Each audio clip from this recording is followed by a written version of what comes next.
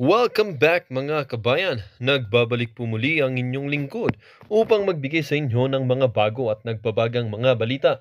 Tila ba naging mainit na usapin ang isyong ito sa mundo ng social media? Isang mainit na pangyayari ang naganap dito muli sa ating bansa dahil itong si Senator Bato ay sinampulan na nga itong si General Torre Diwata dahil sa kanyang pinaggagawa or dahil sa ayaw niyang magpaawat dito sa pagsugod or ayaw niya pa kasing umalis dito sa KOJC. Dito nga natin makikita na talaga ba kapag nagalit itong si Senator Bato de la Rosa na ito ay talagang wala nang makakapagpigil sa kanya. Dito nga natin makikita kapatid na itong si Tory na ito ay kinasuhan na nga ng ating kakortihan dahil sa kanyang mga pinaggagawa dito sa KOJC. At pati si Tory, hindi lang pati si Tory ang makakasuhan, pati ang kanyang mga kasabwat na lesbo na sumama sa kanya na ang hanap lang ay pansariling interes at syempre ganun na rin ang yaman. Dito nga natin makikita mga kapatid na kahit pa sino ka, kahit pa gaano ka kataas, ngunit pag batas ng kumilos, wala kang magagawa. Senator Bato, hindi niya hahayaan na itong si Tory na ito ay makawala pa sa himagsik ng ating batas or ng ating saligang batas. Well, para nga sa buong impormasyon ay panoorin na lamang ang buong video. At kung bago ka pa lamang sa ating channel ay huwag kakalimutang mag-subscribe, pindutin ang notification bell at piliin ang all upang laging maging updated sa mga bago at nagbabagang mga balita. At sa mga solid viewers naman natin dyan, maraming salamat naman po sa patuloy na pagtangkilik sa ating channel. Tuloy-tuloy lang po ang laban para sa katotohanan at para na rin sa kinabukasan ng ating pinakamamahal na bansang Pilipinas. At syempre, huwag din pong kakalimutang mag-iwan ng like at i-share ang ating mga videos. Maraming salamat po! Ngunit napakahalagang pagkalma ng kalagayang dinaranas ng ating mga kababayan na mga kapwa Pilipino sa Kingdom of Jesus Christ sa Davao City ang inyong pagsasagawa bukas ng direct area inspection or ocular inspection on-site at ang pagsasagawa ng joint committee hearing ng Senado na kayo ang naatasang mamumuno. Ano po ang inyong inaasahang magiging interaction po ninyo at maa-achieve tungkol po dito sa lantaran at malawakang mga paglabag sa iba't ibang karapatang, pantao at fundamental na proseso ng batas na nasaksihan po natin in open display of defiance of law of the PNP upon orders of their authorities, lalo na ng DILG Secretary, ng kanilang Chief PNP, of course with the consent of the President. How important is the Senate undertaking tomorrow sa kalagayan ng humanitarian crisis na nagaganap ngayon sa compound ng Kingdom of Jesus Christ? Senator Bato. Very important dito kay Eric, no? Dahil nga aside from yung ating primary purpose na investigation in state of legislation, malalaman rin natin through our oversight function, malalaman rin natin kung susundin ba ng kapulisan yung mga magiging findings at rekomendasyon ng Joint Committee on Justice and Human Rights at saka yung aking committee ng Public Order and Dangerous Drugs. Kanila bang susundin yung mga rekomendasyon at saka tatanungin rin natin bakit hindi sila sumunod sa utos ng korte. So malalaman natin yan bukas kay Eric. Ayun.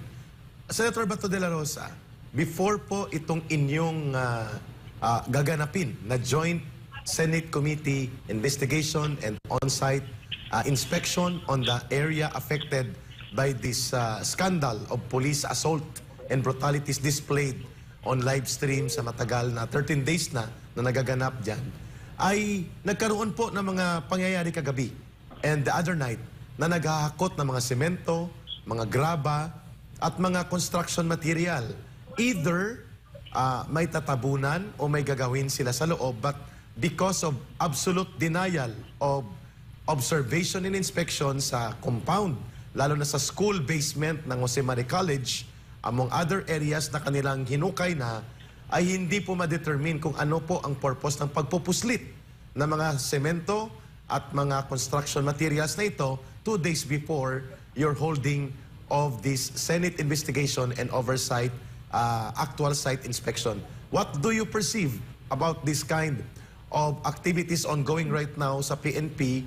Are they trying to set up things para i-make up ang lugar na hindi lalabas yung kanilang mga ginawang kalapastanganan, pagsira sa property, among other illegal things that they have done for the last 13 days? Senator Bato de la Rosa, how can you surmise this kind of questionable activities ongoing for the last 48 hours sa compound na wala nakakapagpigil sa mga pulis ngayon? Hindi may tago ng kapulisan yan, Eric. Kahit anong gawin nila, kahit anong magic gagawin nila, hindi nila may tago yan. Dahil may video naman, may video, may pictures na nanggagaling doon sa loob na sila ay naghuhukay. Kitang-kita. At hindi may tago yan ni General Torres sa atin. Dahil yung ibang pulis dyan na pinagalitan niya kung bakit nagkalat yung video, yung sa kanilang paghuhukay, ay nagsusumbong rin sa atin. Yung mga pulis na talagang pinafind out doon ni General Torre kung sino ang nag-leak ng video, bakit lumabas. So hindi nila tayo maloko, Eric. Hindi nila tayo maloko. Of course, magsusumbong ang mga pulis sa iyo, General Senator Bato de la Rosa. You have been one of the respected officers of the PNP and you brought into correct integrity and direction of law enforcement during your time. Kaya natural na hahanapin nila ang linya ng pagsusumbong sa inyo na hindi nila nararamdaman ngayon sa liderato ng PNP. And in fact, Senator Bato de la Rosa, may last question for this portion, ipapasa ko kay Brother Troy. Gaano po kahalaga itong binabanggit ni retired Lieutenant General Fillmore Escobal? Kilala mo ito, Senator Bato de la Rosa, magaling na officer din ito. At naging isa to sa mga tauhan mo ng junior officer ito or under sa mga unit na napamunuan mo. Sinabi ni Lieutenant General retired Fillmore Escobal na kabaliwan na po ang pag-i-insist ng mga pulis ngayon for 13 days na hindi nila maserve ng tama ang warrant of arrest, ay gumagawa sila ng kung ano-anong mga kagastusan at kabulastugan, kung ako nang gumamit ng term, na hindi na nagbibenepisyo sa gobyerno at napapahamak na ang interes ng sibilyan at pati na ng police organization vis-a-vis gastos at ang epekto ng negatibo na nagagawa nitong kabaliwan at kamalian na ginamit nila dyan sa Kingdom of Jesus Christ. Your reaction to this very categorical observation made by Lieutenant General Fillmore Escobal? Totoo yan, Eric, no? Kasi naging pulis din yan at alam niya kung paano mag-set ng warrant. Kaya siya ay nagtataka kung bakit gano'n na lang ang nangyayari ngayon. And hindi lang naman mga retired na pulis ang nagtataka. Kundi yung pulis mismo, yung nandiyan kayo sa loob ng KOJC, sila rin ay nagtataka bakit ganito ang takbo ng ating pamulis ngayon. Sila rin ay nagtataka bakit ganito. Ganyan ang nangyayari. Kaya I am running out of reasons and I am running out of justification. So gusto ko man silang intindihin sa kanilang intention na talagang mahuli nila si Pastor Kibuloy dahil ito ay merong standing warrant of arrest. Kahit gaano ko i-twist yung aking rational being para lang tanggapin at intindihin yung kanilang ginagawa, ay hindi ko talaga parang hindi talaga pumapasok sa aking senses bakit ganyan ang nangyari sa service yung service of warrant of arrest. As I have said, kung ang mga ordinaryo civilian nga ay nagtataka, how much more yung police na alam niya paano mag-serve ng warrant of arrest. Thank you, Senator Bato de la Rosa, for very straightforward and reassuring answer that you will defend and stand for what is correct, what is just, and what is lawful, not because you have been a PNP general and top general nila, kung hindi, you are now serving as the voice of the people at the Senate. Thank you, and I'll pass you on to Troy. Dagdagan ko lang kay Eric. Go ahead, sir. Ito naman ginagawa ko bilang isang senador, ay hindi lang naman ito one-sided. Hindi lang naman ito sa mga biktima ng nangyayari ngayong karahasan dyan, kundi pati din doon sa mga nangharas na labag sa kanilang kalooban na yung ginagawa nila kanilang duty na kahit na nag-questions na sa kalooban nila pero wala sa magawa dahil sila'y under orders, ito rin para sa kanila rin ito, para malinawan yung kanilang mga kumakalastan kung ano dapat, anong tama at anong mali. Correct. Yung pagbabalik, Senator Bato, ng hindi lamang ng correct and integrity level of professionalism, kundi sense of moral uprightness among our police officers and men in uniform sa PNP. Thank you, sir. Yes. Sen, mayong hapon, si Aaron po ito, no, si Troy. Sen, may mga nag-confirm na ba ng mga senador na dadalo bukas? Sino-sino po sila, Sen? Sa last count ko is 4 kami na nag-commit na pupunta. Si Senator Aimee, Senator Bongo at Senator Robin Hood Padilla. Bali, 4 kami bukas ang mag-gagandak ng hearing. At saka on-site inspection. Because of that, Sen, si Torre, si General Torre, it seems na nagpaparinig po siya. Sabi niya, napupolitika raw ang ginagawa nilang operasyon. Ako maintindihan ko kung ako ang sabihan na namumulitika dahil politiko naman talaga ako. Pero ang hindi ko maintindihan kung isang pulis na active na pulis ay sumasakay sa politics. Yan ang mahirap dyan. Tama. Di ba? Correct. Ako maintindihan ko kung i-accuse ako ng politiking dahil politiko ako eh. Lahat ng aking gagawin kahit ano ay ito'y mababayaran ng politika dahil politician ako. Pero yung isang pulis na aktibo na nasa serbisyo pa na gumagawa ng mga hakbang na beyond the normal mandato ng pulis ay talagang hindi maiwasan ng taong bayan na ito ay nagpapagamit sa politiko. Di ba? Okay. Okay, may punto doon si Senator Bato, ha. Whatever that the police commanders, lalo na si General Torre and even the Chief PNP, nasabihin nila na may halong politika, regardless of that, mandato ng Senado ang oversight function in everything that will check the abuses or any form that might endanger the implementation of law na detrimental sa sibilyan. Dapat matutunan niya ni General Torre, nag-general siya, hindi niya alam kung ano ang mga different functions of powers of government. Basic yan eh. Government 101 orientation yan, Senator Bato de la Rosa. Huwag na niyang gamitin pa ng mga politika, politika ng Duterte at Marcos Romualdez o common. That is already inherent na may mga political affiliations. But the mandate, Senator Bato, tama po ba kami ni Brother Troy? Pag sinabi namin, your mandate goes beyond your political affiliations because there is an existing and actual situation that requires the Senate investigation and intervention if necessary. Tama po ba, Senator Bato? Eric, sa pagsabi na sa kanya that we are performing our constitutional mandate. Ayun. Our oversight function is a constitutional mandate provided for sa ating Constitution in order to maintain the checks and balances. Kasi kung walang checks and balances between the three branches of government, pwede mag-aabuso ang isang branch of government at hindi na ito ma-check. Kung hindi nagpa-function ang checks and balances among government, co-equal branch of government. Klaro, Government Operations 101, General Torre and General Marbil. Paki-review please. Nag-general na po kayo, nakakahiya naman sa sambayan ng Pilipino. Brother Troy, go back to you. Okay.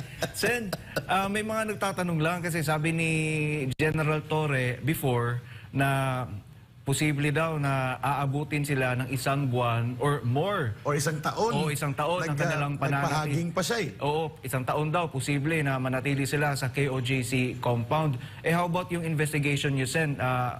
Gaano po ba ito tagal or how many times po ninyo ikakandak? Pang 1 day lang po ba ito? Alam mo kung mag-insist siya sa ganong statement niya, he will be remembered in the Philippine history to be the government official na nag-create ng constitutional crisis. Correct. Siguruhin natin yan. Magkakaroon ng constitutional crisis ito dahil meron tayong ahensya ng gobyerno under the executive branch of government na dinidisregard ang findings and recommendations ng legislatura through their oversight function. At meron tayong ahensya ng gobyerno na totally dinidisregard ang order ng korte. So, how do you describe that kind of situation? Kundi constitutional crisis. Di ba? Tama. Exactly, Senator Bato.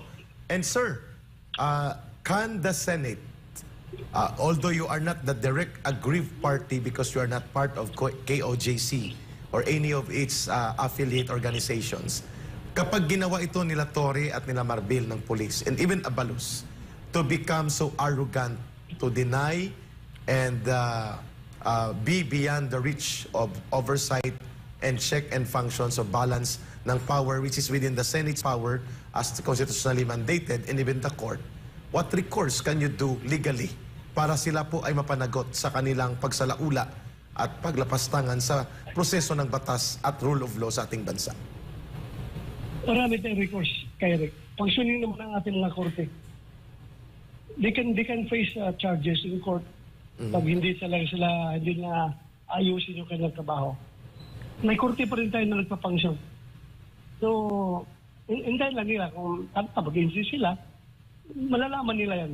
At ang taong bayan mismo. Huwag na hintayin na aalsa yung taong bayan because alam na rin, sovereignty resides in the people. Correct. Kapag ang taong bayan ay mapupuno na sa kanilang ginagawa, ibang usapan na yan. Ibang usapan na yan. Agree. Tama po. Yung very simple but very strong points raised by Senator Bato de la Rosa. Sir, ibalik ko muna kay Brother Troy kasi maraming concern doon sa ground that they want to raise to you habang nandito ka pa sa line of communication. Alam mo ba, Sen, na si General Torre maraming pinaggagawa sa compound ng KOJC. Bukod sa, yun nga, nilusob nila kami, yan, ay pinutol din nila yung mga kable namin ng internet doon. And bukod pa dyan, allowed po ba yun, Sen, sa kanilang operation na sa pag-serve ng isang arrest warrant na habang nandun sila sa loob ng KOJC compound is pinagkukuhanan nila ng video, ng picture, yung mga lugar doon. Halimbawa, yung sa tinatawag namin na Kingdom, may lugar kasi doon na may mga machine at saka mga naglalakihan ng mga gamit, kinukuha nila yung mga details, pinagpipicturean nila, pinagbibidyohan nila. Pwede ba yung ganun, Sen? Alam mo, those are private properties. Kung Yes. gagawa sila ng pagpipicture doon, dapat paalam sila sa may-ari. Magpapaalam sila sa may-ari. Otherwise, they're intruding into the property, personal property ng tao. At ganun din po, Senator, sa Data Privacy Act and Safe Space Act at iba pang mga batas that prevents intrusion and violations of the protection of private property and personal properties ng mga taong pribado. Precisely. Hindi lang Data Privacy Act. Marami tayong existing laws na nalalabag patungkol dyan. Tama. Ating revised penal code, meron isang nababayolate sa revised penal code. Yes, sir. Senator Bato, may nagtatanong po sa netizens natin, if you may explain daw, palakpak sila daw po, Senator Bato, ang taong bayan, that you are going to have ocular inspection, site inspection, evaluation, anong ginawa ng mga police for the last 13 days, anong mga nangyari, anong kaganapan doon, at they were expecting daw na doon sana sa compound area mismo ang Senate Joint Committee hearing. Ang aming nakuha kaninang umaga na update ay doon sa City Council Hall, Session Hall ng Davao City City Council. Ano po ang update dito, sir? And bakit hindi po pwedeng direktang masaksihan as a town hall meeting session ang inyong committee hearing? Are the rules governing that or because of consideration of space and formality in the proceedings? Hindi, kay Rick, anyway, magkakaroon man tayo ng site inspection sa buong area ng KOJ's compound. Ang gagawin natin na committee hearing ay doon na sa City Hall para merong semblance of neutrality kay Eric, no? Kasi kung doon natin ilagay sa loob ng QOJC, baka sabihin ng mga government resource persons na they don't feel comfortable kasi nasa loob sila ng QOJC. Di ba? So gawin nating neutral ground yung ating investigasyon doon sa City Hall, which is a government establishment, and ito yung magiging neutral dahil hindi ito pinagmayari ng QOJC at hindi ito pinagmamayari ng PNP. Well noted, Senator Bato. Pero alam mo, Sen, kung sasabihin nila na hindi sila komportable doon, sa totoo lang, kinubkob na nila yung cathedral namin, ilang days na sila doon, 13 hindi days. nga kami nakakapasok. Pati yung basement ng Jose Maria College na may mga kwarto doon ng mga missionaries, hindi na rin kami nakakapasok doon. Talaga lang. Iniiwasan lang natin na magkakaroon sila ng alibay. Maximize lang natin yung ating, nilalawakan lang natin yung ating pag-iintindi. Para wala silang magiging alibay. Okay, Sen, last na lang po, no, coming from my end. Yes. Kailan po inaasahan na maglalabas ng recommendation naman po dito ang komite at kanino naman ito ibibigay? Sa mga concerned agencies, kung anong dapat ito to be actions to be taken by concerned agencies, ibibigay natin sa kanila, at sa mga investigative agencies na pwedeng magpapile ng kaso kung mayroon na tayo nakitang violation of law, ay doon natin ipapasa yung mga findings natin, yung ating committee report. Pero ang tanong ng taong bayan, Sen, would it be enough to move the police force na andon sa KOJC? Ano yun? Would it be enough to move them away sa KOJC compound, yung mga police? Kasi ang tagal-tagal na nila doon, Sen, wala naman sila nakikita. Araw-araw, naman sila, kumbaga, bokya, zero talaga. Well, meron kayong lawyer, no? Meron na ba siya yun? At tingnan niyo kung ano yung mga nabayulit ng batas at pwede niyo silang kasuhan. Ayun. Malinaw po, Senator Bato de la Rosa, na kahit papano, when there is a Senate committee investigation, kahit sa Manila man o lalo na pag sa area mismo, bumabait po at nag-iiba ang kondukta ng mga pulis at pati si Torre. But nonetheless, we would like to bring this to your attention, sir, na every time po may prayer ang Kingdom of Jesus Christ, which is a church compound, a religious and faith sanctuary, pinapatugtugan po niya, sir, ng sadya ng napakalakas na LRAD, yung long-range acoustic device na nakakabingi at nagkakaroon po ng sound or noise pollution. Walang respeto po sa proseso ng pananampalataya, bastusan talaga. Tapos ina-announce niya na parang bandilyo. Oh, wanted yan si pastor. Naka-loop. Nakalagay na sa isang material, tapos tudo-tudo ang sound. Paulit-ulit. Oo. Gusto na naming erase ito, Senator Bato, sapagkat ito ay very blatant and very scandalous insult to one's religious freedom and belief of faith in religion and in his God. Senator Bato. Grabe ito. Kahit ako ngayon nakikinig ako, tumataas na yung dugo ko eh. Na high blood na ako kung gano'n ang ginagawa nila. Grabe. Please bring that up tomorrow in the hearing so that it will be formally recorded in our hearing, no? Yung mga complaints na yan, i-bring up niya yan bukas at parang nakikita ko na parang panahon ng hapon nang nangyayari ngayon Ayun. yan, ano? Para panahon ng hapon kung saan there is no rule of law na kahit na yung pagdadasal mo ay tinitira ka ng kung ano-ano, that's unacceptable. Hindi yan maka-Diyos at lalong hindi makapulis na gawain yan. Hindi yan makapulis, I tell you. Hindi yan kundi maka-terorista na pamamaraan yan. Hindi yan makapulis. Tama po kayo. Hindi na makatao, hindi makapulis. I-bring up niyo bukas para malaman ng buong komite yung ginagawa nilang gano'n. Yes, sir. And good advice, Senator Bato, before we let you off the communication line, good advice that all documents, videos, footages, and documents, and other reports will be submitted to you, including po yung namatay. Bunga po ng unang attack using flash bombs and tear gas. I was there, and even sa pag-refuse na ito'y bigyan ng ambulance support to be brought to the hospital, ay sana po ma-document ng ating mga kapatid sa Kingdom of Jesus Christ. And we hope, Senator Bato, this will be properly, and we know you can do it, reported on the plenary of the Senate because this is a historic, monumental display of state terrorism post-martial law. Hindi natin ubos maisip na gagawin ito ng gobyerno ng isang Marcos pa naman ang namumuno muli, Senator Bato de la Rosa. We will do that. We will do that, Ka-Eric. Yes, sir. We will do everything to give justice to everyone. Yes, sir. And for that, Senator Bato, we will not keep you long anymore sa aming interview na ito. Nawa po'y i-bless kayo ng mahal na Panginoon. Strong health, strong mind, and strong conviction to defend the rights of our people and to have good governance truly for our beloved country. Maraming salamat.